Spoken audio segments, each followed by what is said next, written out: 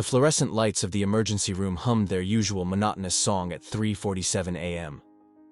Akira Tanaka had stopped counting the hours somewhere around her third shift that week. Her hands moved with the practiced efficiency of someone who'd seen too much blood, too many broken bodies, too many stories that ended in flatlines. The hospital smelled like antiseptic and regret, a scent she'd learned to breathe without flinching.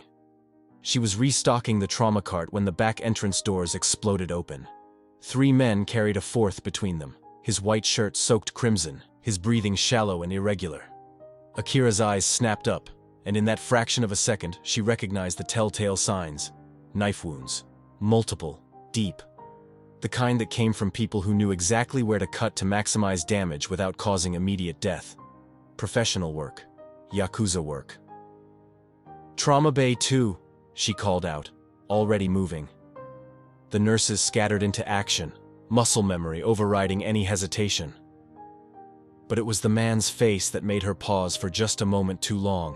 Kenji Yamamoto wasn't supposed to exist in places like this. He existed in the spaces between shadows, in the parts of Tokyo that respectable people pretended didn't exist. At 32, he carried the weight of his family's empire in the set of his shoulders. An empire built on blood, protection rackets, and the kind of power that didn't require a business card. Akira had seen his photograph once, in a newspaper article about organized crime that she'd read in a waiting room. She'd forgotten about it immediately. People like Kenji Yamamoto weren't supposed to matter to people like her. Yet here he was, bleeding out on her table. "Who did this?" she demanded, her voice steady even as her mind raced through the medical calculus of survival. Stab wound to the left shoulder, dangerously close to the subclavian artery, another across his ribs, a third, deeper, near his abdomen. The wounds told a story of someone who'd fought back, who'd moved, who'd refused to go down easily. "Does it matter?" one of the men growled. He was massive, scarred, with the dead eyes of someone who'd committed acts that couldn't be undone. Akira didn't answer. It didn't matter. What mattered was that this man, this criminal, this Yakuza boss, was dying on her table, and she'd taken an oath that didn't include moral footnotes. She worked through the night with a focus that bordered on obsession. The subclavian artery was intact but traumatized. She repaired it with sutures so precise they looked like calligraphy. The rib wounds required careful exploration to ensure no organs were perforated. The abdominal wound was the worst. It had nicked his liver, and for 20 minutes, Akira existed in a state of pure concentration where the world narrowed to blood and tissue, and the desperate mathematics of keeping someone alive. By 5:43 a.m., as the first hints of dawn crept through the hospital windows, Kenji Yamamoto was still breathing. Before I continue with this incredible story that found its way to me, if you're listening now, subscribe to the channel and leave that like. It really helps. And tell me in the comments where you're listening from.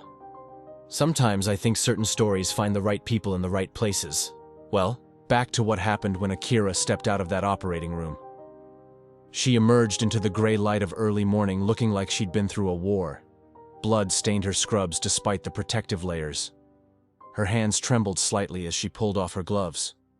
Not from fear, but from the particular exhaustion that came from holding someone's life in your palms for hours. She found the 3 men waiting in the corridor, standing like statues carved from granite and menace. "He'll live," she said simply. "He needs rest, antibiotics, careful monitoring. No visitors for 48 hours. Infection is the real danger now." The scarred man stepped forward. "The boss will want to thank you." "I don't want thanks," Akira replied, already walking away. "I want him to follow post-operative instructions and not get stabbed again." She didn't see the man smile. She didn't see him nod to his companions. She didn't see the way they looked at each other with something that might have been respect, or might have been the beginning of an obligation that would reshape both their lives. What she did see, 3 hours later when she should have been sleeping, was Kenji Yamamoto's eyes opening. She'd gone back to check on him, a violation of protocol, a breach of the professional distance she maintained with all her patients. But something had pulled her back to that room, some thread she couldn't name and wouldn't examine too closely. He was awake, his dark eyes tracking her as she entered, and for a moment, neither of them spoke. "You're the doctor," he said. His voice was rough, damaged by the anesthesia and pain, but there was intelligence behind it. Calculation, assessment. I'm the surgeon, Akira corrected. The one who kept you from bleeding to death. Why? The question hung between them like a blade. Why would a respectable doctor, a woman who clearly didn't belong in the world of organized crime, work so hard to save the life of a Yakuza boss? There were easier answers: professional obligation, the Hippocratic Oath, the simple fact that she was a doctor and he was a patient. But Kenji Yamamoto wasn't asking for easy answers. Because you were dying, Akira said finally, and I'm not in the business of letting people die when I can prevent it. Something shifted in his expression. A crack in the facade, a glimpse of something human beneath the carefully constructed armor of a crime boss. Even Yakuza? Especially Yakuza, she said, and she didn't know why she smiled. You're the ones who need the most help. He laughed then, a sound that made him wince as his wounds protested. You're either very brave or very foolish, Dr. Tanaka. The fact that he knew her name shouldn't have surprised her. Of course, he knew her name. Men like Kenji Yamamoto made it their business to know everything about everyone who touched their lives. But hearing it in his voice, in that rough whisper that carried the weight of his world, made something shift in her chest. Probably both, she admitted. The next 72 hours became a strange dance of professionalism and something else. Something that had no name and no place in either of their worlds. Akira checked on Kenji more frequently than necessary. She brought him tea instead of the hospital's bitter coffee. She sat with him during the quiet hours of the night shift when the hospital became a different place, a liminal space where normal rules seemed suspended. He told her nothing about how he'd been wounded. She didn't ask. But he told her about the weight of legacy, about inheriting an empire built on violence, and discovering that violence was the only language it spoke. He told her about the men who depended on him, about decisions that kept him awake at night, about the particular loneliness of being feared by everyone around you.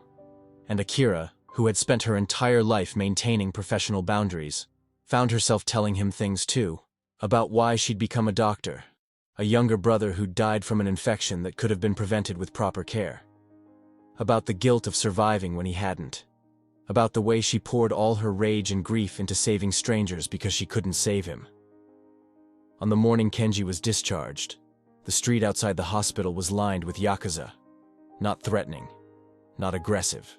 They stood in perfect silence, bowing as he emerged, as if paying respect to something sacred. Akira watched from a window, understanding in that moment that something fundamental had shifted. A Yakuza boss didn't receive that kind of reverence for simply surviving an attack. He received it for something else, for a choice, perhaps, for a moment of grace in a life defined by violence. Kenji paused at the hospital entrance and looked back. His eyes found hers in the window, and for a moment, the distance between them, the chasm of their different worlds, their incompatible lives, seemed to narrow to something almost bridgeable.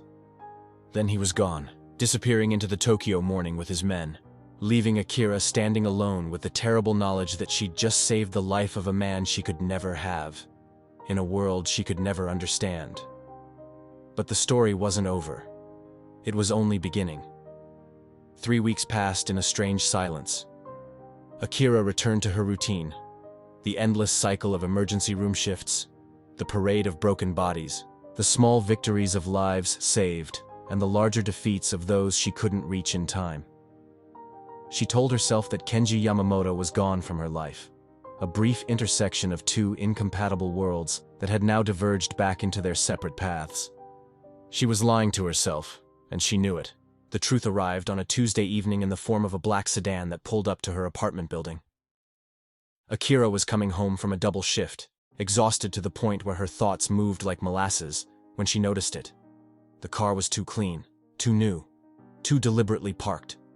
The man leaning against it was unmistakably Yakuza, the scarred one from the hospital, the one with dead eyes that had seen things that couldn't be unseen.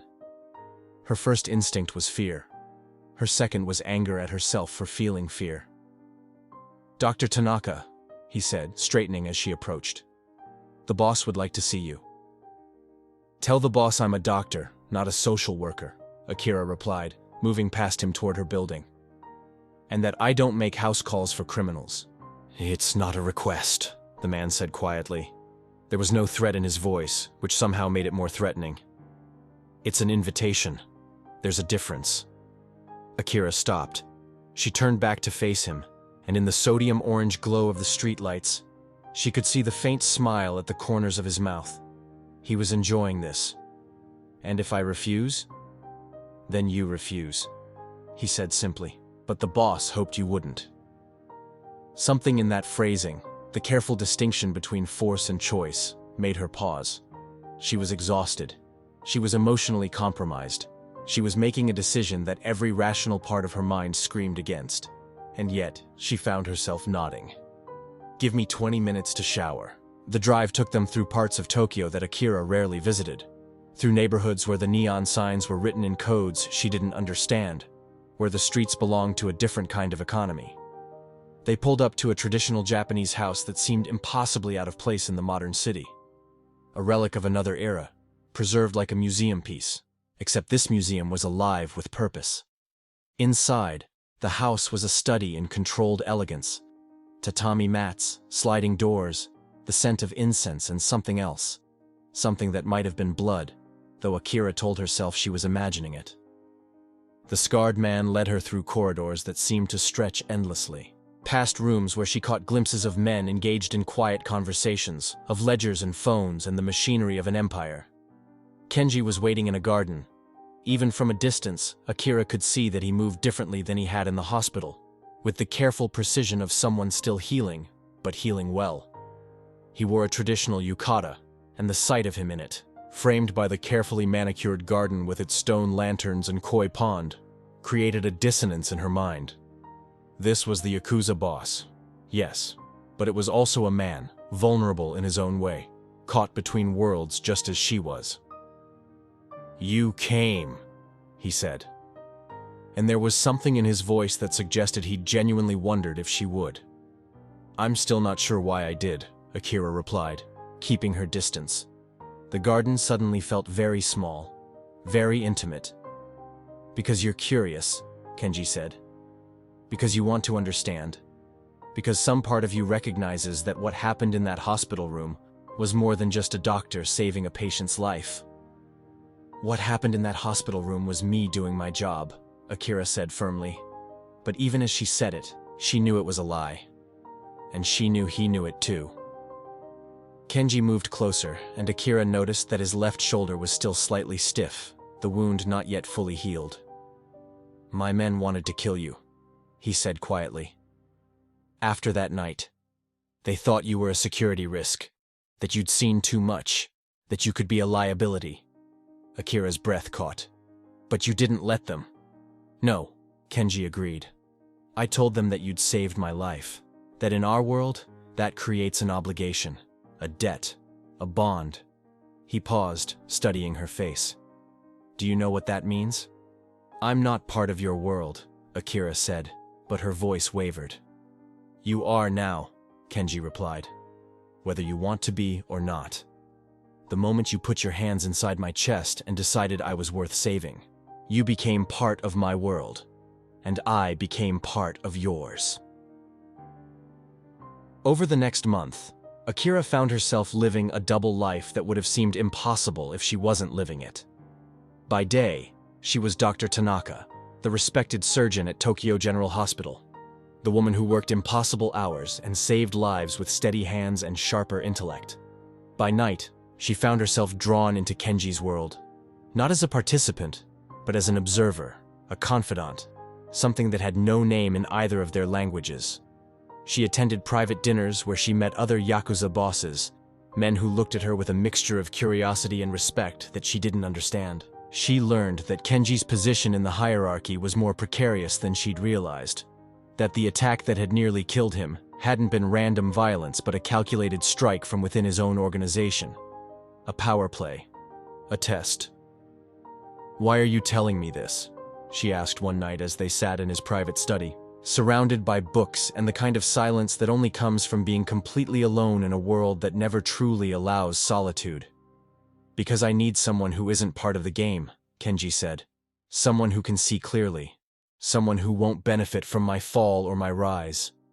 Someone who saved my life not because of obligation or fear or ambition, but because it was the right thing to do. That's a lot of weight to put on a person, Akira said quietly. I know, Kenji replied. I'm sorry for that. But I can't unknow you now. I can't pretend that night didn't happen. The truth was, neither could she. The complications began when Akira realized that her feelings had crossed a line that couldn't be uncrossed. It wasn't just attraction, though there was that, a physical pull that made her acutely aware of every moment they were in the same room. It was something deeper. It was the recognition of a kindred wound, a shared understanding of what it meant to carry weight that wasn't meant for human shoulders. But it was also impossible. We can't do this, she told him one night, the words coming out in a rush before she could stop them. They were in his car, driving through the sleeping city, and the intimacy of the enclosed space had finally broken through her carefully maintained defenses. Do what? Kenji asked, though his hands tightened on the steering wheel. This, Akira gestured vaguely at the space between them. Whatever this is, it's not sustainable, it's not safe, it's not real, Kenji finished. It's the most real thing in my life. That's the problem, Akira said. Your life is built on things that aren't real, on power structures and fear and violence, and I can't be part of that. I won't be part of that. Kenji pulled the car over. They were on a bridge overlooking the Sumida River, the water black and reflective beneath the night sky. For a long moment, he didn't speak. When he finally did, his voice was barely above a whisper. I'm going to tell you something that I've never told anyone, he said. The night I was attacked, I almost let them kill me. There was a moment, just a fraction of a second, where I thought it would be easier to die than to continue carrying this weight. And then you were there, and you were fighting for my life with a ferocity that I'd never seen before. And I realized something. He turned to face her, and in the darkness of the car, his eyes were luminous with something that might have been hope, or might have been desperation. I realized that I didn't want to die, he continued. Not because of my empire or my position or any of the things I thought mattered. I wanted to live because I wanted to know you. I wanted to understand how someone could have that much compassion in a world that teaches us compassion is weakness. Akira felt tears sliding down her cheeks before she even realized she was crying. That's not fair, she whispered. I know, Kenji said. None of this is fair, but it's true. What happened next was inevitable in the way that some things are inevitable. Not because they were planned or desired, but because the forces that created them were too powerful to resist. Kenji leaned across the console and kissed her, and Akira didn't pull away. She kissed him back with a desperation that terrified her, as if she could somehow consume him, absorb him, make him safe through sheer force of will. When they finally broke apart, both of them were shaking. This changes everything, Akira said. I know, Kenji replied. I'm sorry for that too. But he didn't sound sorry. He sounded like a man who just made a choice that would reshape his entire world, and he was willing to accept whatever consequences came with it.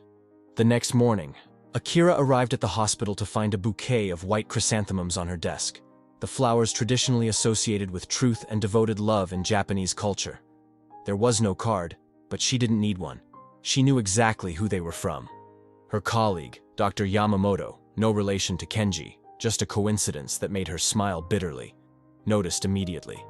Someone has an admirer, she said with a knowing smile. Akira didn't correct her. She simply placed the flowers in a vase and tried to focus on the day ahead, knowing that everything had just become infinitely more complicated. That afternoon, she received a text from an unknown number. There's a problem. I need your help. Not as a doctor. As someone I trust. K. Akira stared at the message for a long time. She knew that responding would be crossing a threshold that couldn't be uncrossed.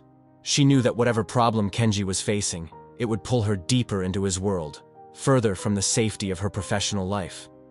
She typed back, "Where?" The response came immediately. The old warehouse district, Pier 7, midnight. Come alone. Akira should have refused. Every rational part of her mind screamed that this was a trap, or a test, or a terrible mistake. But she'd already crossed so many lines that one more seemed almost insignificant. At 11:47 p.m., she found herself driving toward the warehouse district, toward a man she barely knew but somehow trusted completely, toward a future that was rapidly becoming unrecognizable. What she didn't know was that Kenji wasn't the only one who'd noticed her. There were others. People within his organization who saw her as a vulnerability, a weakness that could be exploited. There were also people outside his organization, law enforcement and rival gangs, who were very interested in understanding the connection between a respectable doctor and a Yakuza boss. The warehouse district at midnight was a landscape of shadows and abandonment. Akira's car was the only vehicle on the street, her headlights cutting through the darkness like a knife through silk. She parked exactly where Kenji had instructed, near Pier 7, close enough to the water that she could hear it lapping against the concrete supports. He was waiting for her in the shadows, but he wasn't alone. There were 3 other men with him, and they looked different from the Yakuza she'd encountered before. These men carried a different kind of menace, the cold, efficient threat of people trained in violence rather than born into it. Police. Or worse. Akira's medical training kicked in automatically, cataloging details, the way they stood, the bulges beneath their jackets that suggested weapons, the particular exhaustion in their eyes that came from living between worlds. Dr. Tanaka, one of them said, stepping forward. He was in his 50s, with gray threading through his hair and a scar that ran from his left eye to his jaw. "I'm Detective Sato. Thank you for coming." Akira's eyes flew to Kenji, searching for explanation, for reassurance, for something that would make sense of this impossible situation. But Kenji's face was carefully blank, a mask of the Yakuza boss she'd first seen bleeding on her operating table. "What's happening?" she demanded.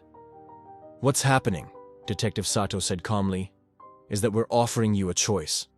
You can help us, or you can go to prison." The words hung in the air like a physical thing. Akira felt her world tilt, the solid ground beneath her feet suddenly uncertain. "I haven't done anything," she said, her voice steady even as her mind raced. "I'm a doctor. I treated a patient. That's not illegal." "No," Detective Sato agreed. "But harboring a fugitive is, and providing material support to a criminal organization is, and conspiracy to commit fraud is. Shall I continue?" "She's done none of those things," Kenji said, his voice cutting through the night like a blade. "She's innocent. She's always been innocent." "That remains to be seen," Detective Sato replied. He pulled out a folder and opened it, showing Akira photographs. They were of her and Kenji, leaving restaurants, sitting in parks, kissing on a bridge. "You've been under surveillance for 6 weeks, Dr. Tanaka. Every moment you've spent with Yamamoto has been documented. Every conversation, every meeting, every intimate moment." Akira felt sick. The violation of it, the systematic destruction of her privacy, the way they'd turned her own choices into evidence. It was almost worse than the threat of prison. "What do you want?" she asked quietly. "We want Kenji Yamamoto," Detective Sato said. "We want information about his operations, his connections, his vulnerabilities. We want him to testify against the higher members of his organization. In exchange, we'll forget about your involvement. You walk away clean. Your career continues. Your life goes back to normal." Akira turned to Kenji. "Is that what this is? Is that why you brought me here? To pressure me into testifying against you?" "No," Kenji said, and there was something in his voice that made her believe him. "I brought you here because I needed you to understand what's happening, what's about to happen." "What do you mean?" Akira asked. Kenji took a step forward, and immediately the 3 men tensed, their hands moving closer to their weapons, but Kenji ignored them. He was looking only at Akira. "I'm going to testify," he said, "against my organization, against the men I've served my entire life, against everything I've built." The silence that followed was absolute. "Why?" Akira whispered.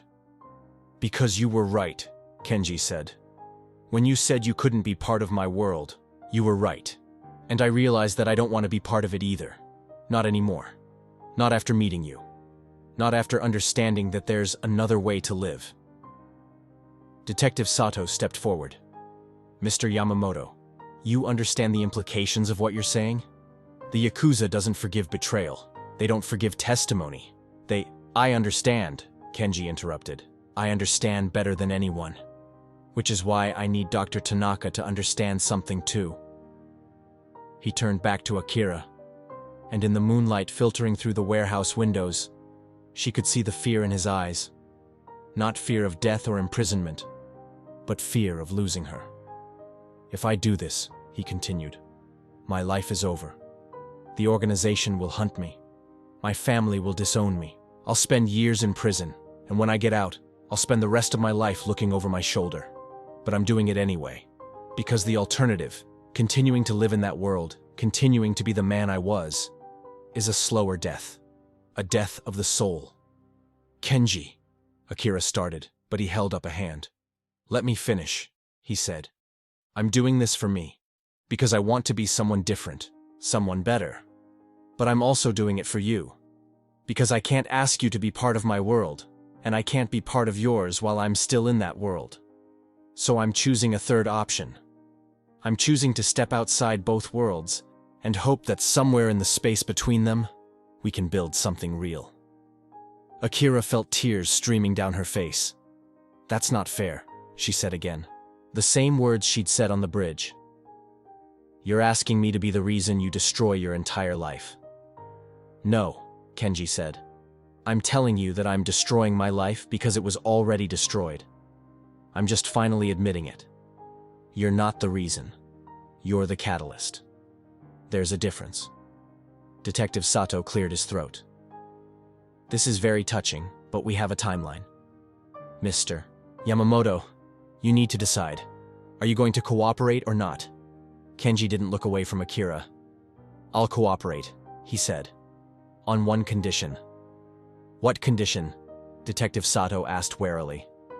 That Dr. Tanaka is completely protected, Kenji said. No charges, no surveillance, no involvement of any kind. She walks away from this completely clean. That's non-negotiable. We can't guarantee, Detective Sato began. Then we have nothing to discuss, Kenji said flatly. And I suggest you leave before my men arrive. Because they're coming, and they won't be as polite as I'm being. It was a bluff. Akira could see it in the way Kenji's jaw was clenched, in the slight tremor in his hands. But Detective Sato didn't know that. And more importantly, he didn't want to find out. We'll protect her, Detective Sato said finally. You have my word. Your word means nothing, Kenji replied. But I'm going to trust you anyway, because I have to believe that there's still honor in this world, that there are still people who keep their promises. What happened next moved with the inexorable momentum of events that have been set in motion. Kenji was taken into protective custody. The investigation into his organization began in earnest. Within weeks, the carefully constructed empire that had taken decades to build began to crumble like a house of cards. But before all of that, before the trials and the testimony and the systematic dismantling of everything he'd known, Kenji and Akira had one night. He came to her apartment, not through the front door, but through the window of her fire escape, moving with the stealth of someone who'd spent his entire life operating in shadows. She let him in without question, without hesitation, understanding that this was their last moment before everything changed. They didn't speak much. They didn't need to. They held each other on her small bed, listening to the sounds of Tokyo at night. The distant sirens, the hum of traffic, the life of the city continuing on, indifferent to the small dramas playing out within it. I'm scared, Akira admitted into the darkness. So am I, Kenji replied. But I'm more scared of not doing this, of spending the rest of my life wondering what could have been. What happens to us? Akira asked. After you testify? After you go to prison? I don't know, Kenji said honestly, but I know that I love you. I know that I want to spend my life with you, even if that life is behind bars for the next decade.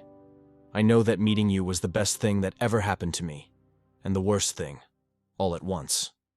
That's not very romantic, Akira said, and she was smiling even as tears ran down her face. No, Kenji agreed, but it's true, and I promised you truth. In the morning, he was gone.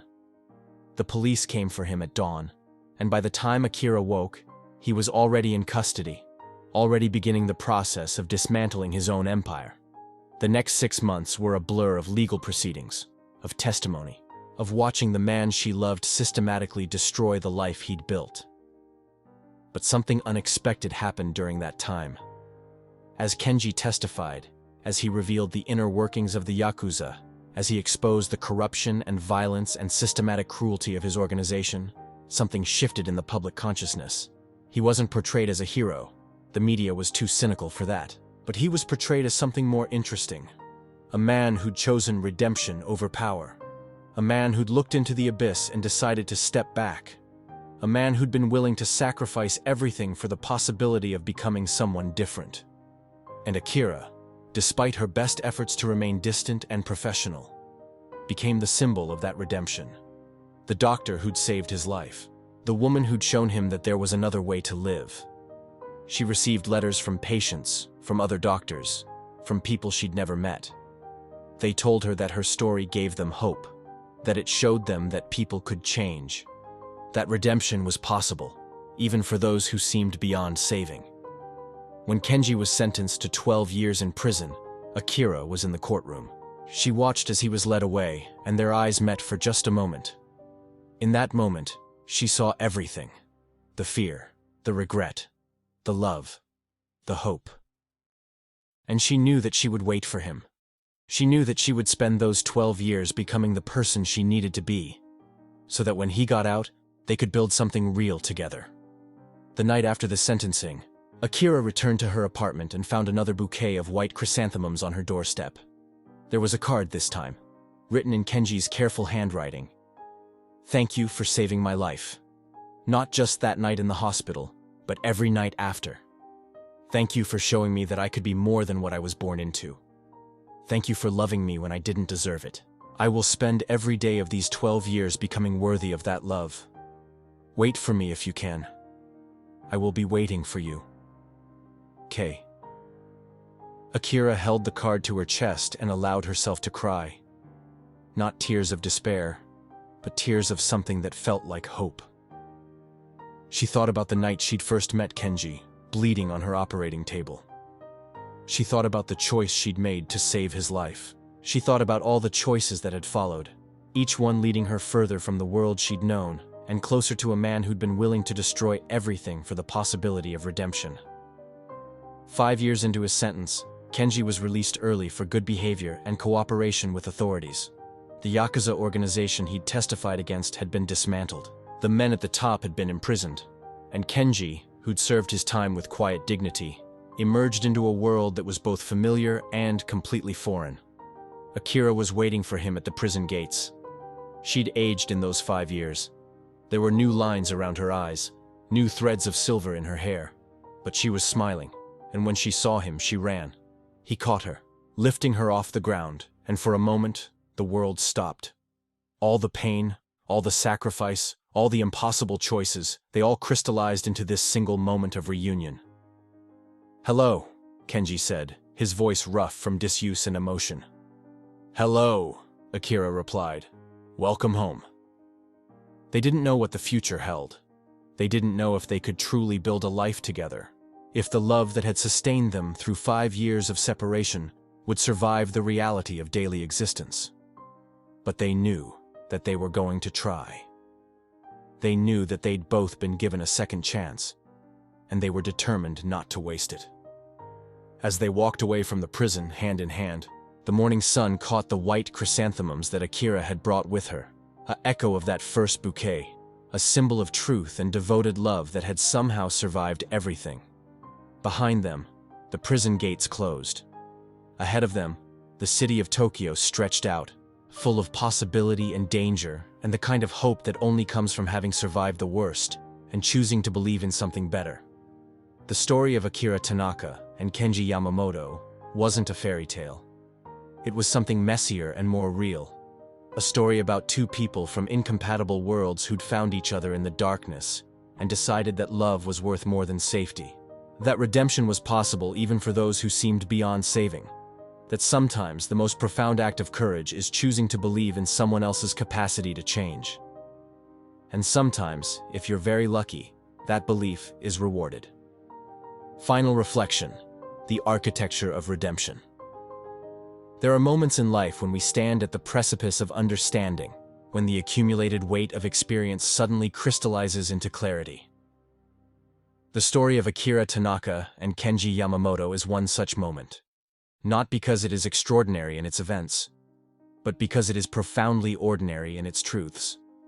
It speaks to something fundamental about the human condition, our capacity for transformation, our hunger for connection, and the terrible, beautiful cost of choosing redemption over the comfortable prison of who we've always been. When we first encounter Kenji bleeding on Akira's operating table, we are witnessing more than a medical emergency. We are witnessing a collision between two worlds, two philosophies, two ways of being that should never have intersected. And yet, in that moment of intersection, something miraculous occurs, not through fate or destiny or any mystical alignment of the universe, but through the simple, radical choice of one person to see another person's humanity before their circumstances. Akira's decision to save Kenji's life is not presented as an act of heroism. It is presented as an act of professional obligation wrapped in something deeper. A refusal to let the world's categorizations of people determine her response to their suffering. She doesn't save him because he is redeemable. She saves him because he is dying, and she is a doctor, and that is what doctors do. The redemption comes later, born not from her actions but from his choices. This distinction is crucial. We live in a culture obsessed with the narrative of the savior, the person who rescues another from their circumstances and transforms their life. But the true architecture of redemption is far more complex and far more democratic. Akira doesn't save Kenji. She simply refuses to let him die. What Kenji does with that refusal, the choices he makes, the person he becomes, that is entirely his own work. The love that develops between them is not the solution to their problems. It is in many ways the catalyst for their problems. It is the force that makes Kenji's continued existence in his Yakuza world unbearable. It is the weight that finally tips the scales from acceptance to action. This is the uncomfortable truth about love that we rarely acknowledge in our stories. Love doesn't make life easier. Love makes life more complicated. Love demands that we become better versions of ourselves, and that demand is often agonizing. When Kenji chooses to testify against his organization, he is not making that choice because Akira asks him to. He is making it because loving her has shown him that another way of living is possible. But the cost of that revelation is everything he's ever known. His family disowns him. His organization hunts him. His identity, the thing he was born into, the role he was groomed to play, is stripped away, and he chooses this. He chooses this knowing exactly what it will cost him. This is where the story transcends the personal and touches something universal. We all carry within us the weight of our circumstances, our histories, our inherited roles. We are all, in some sense, trapped within systems that feel inescapable. The Yakuza organization is simply a more visible, more violent manifestation of the systems that constrain all of us. Family expectations, professional obligations, social hierarchies. The accumulated weight of, this is how things are done. Kenji's choice to step outside his system is a choice that resonates because we all understand, on some level, what it means to be trapped. We all know the seductive comfort of playing the role we've been assigned, of accepting the identity that's been handed to us. And we all know, if we're honest with ourselves, the terrible cost of that acceptance, the slow erosion of self, the gradual suffocation of possibility, the quiet desperation of living a life that isn't truly ours.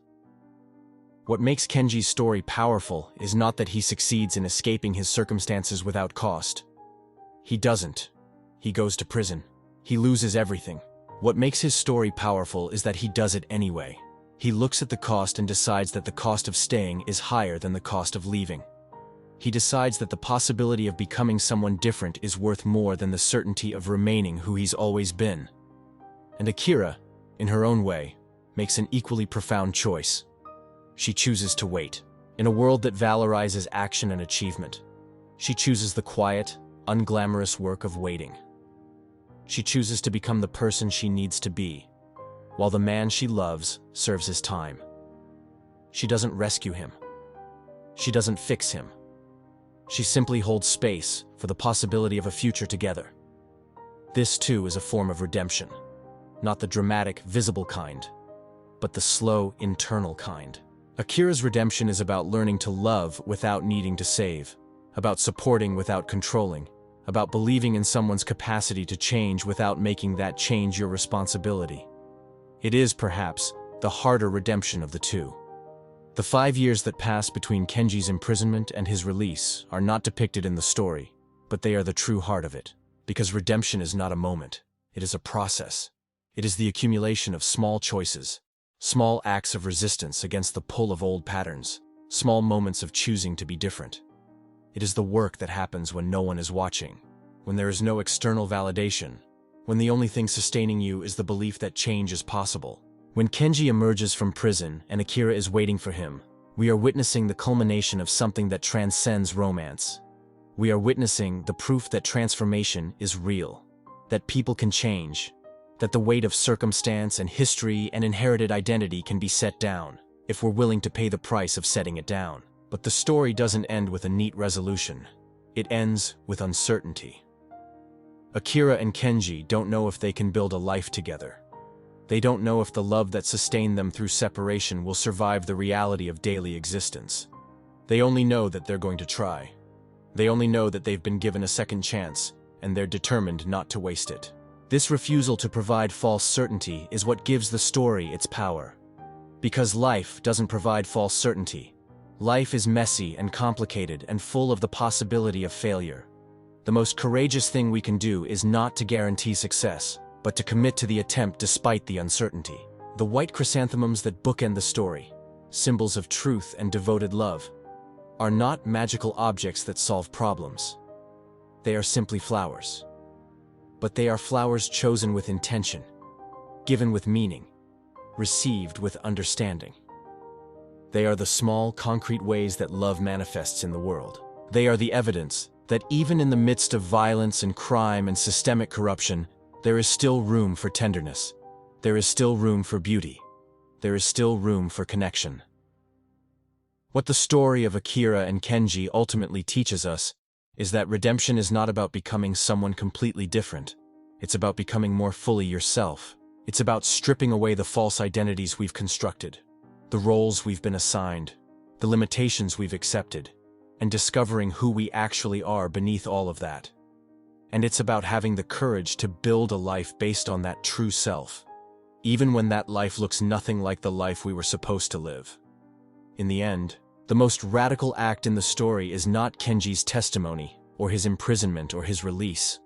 The most radical act is Akira's choice to love him anyway, to see past the Yakuza boss to the wounded man beneath, to believe that change is possible, to wait, to hope, to try. Because that is what redemption requires. Not grand gestures or dramatic transformations, but the quiet, persistent belief that people are capable of becoming more than what they've been. That love is worth the risk. That change is possible. That even in a world built on violence and corruption and the systematic crushing of human potential, there is still room for grace. The story of Akira Tanaka and Kenji Yamamoto is ultimately a story about us. It's about the parts of ourselves that feel trapped, the parts that long for redemption, the parts that are willing to risk everything for the possibility of becoming who we're meant to be. It's about the people we love and the choices we make for them. It's about the terrible, beautiful cost of choosing truth over comfort, connection over safety, redemption over resignation. And it's about the white chrysanthemums, those small, perfect symbols of devoted love, that remind us that even in the darkest places, beauty can bloom. That even in the most impossible circumstances, connection is possible. That even when the world tells us that people cannot change, that systems are immovable, that redemption is impossible, there are always those who choose differently. There are always those who believe. And sometimes, if we're very lucky, that belief is rewarded. This is the architecture of redemption. Not a building constructed in a day, but a structure built brick by brick, choice by choice, moment by moment. It is fragile and uncertain and full of the possibility of failure. But it is also the most beautiful thing humans are capable of creating. It is the proof that we are not prisoners of our circumstances. It is the evidence that transformation is real. It is the hope that sustains us when everything else fails. And it begins, always, with the simple choice to see another person's humanity. To refuse to let their circumstances define them. To believe that they are capable of becoming more. To love them anyway. To wait. To hope. To try.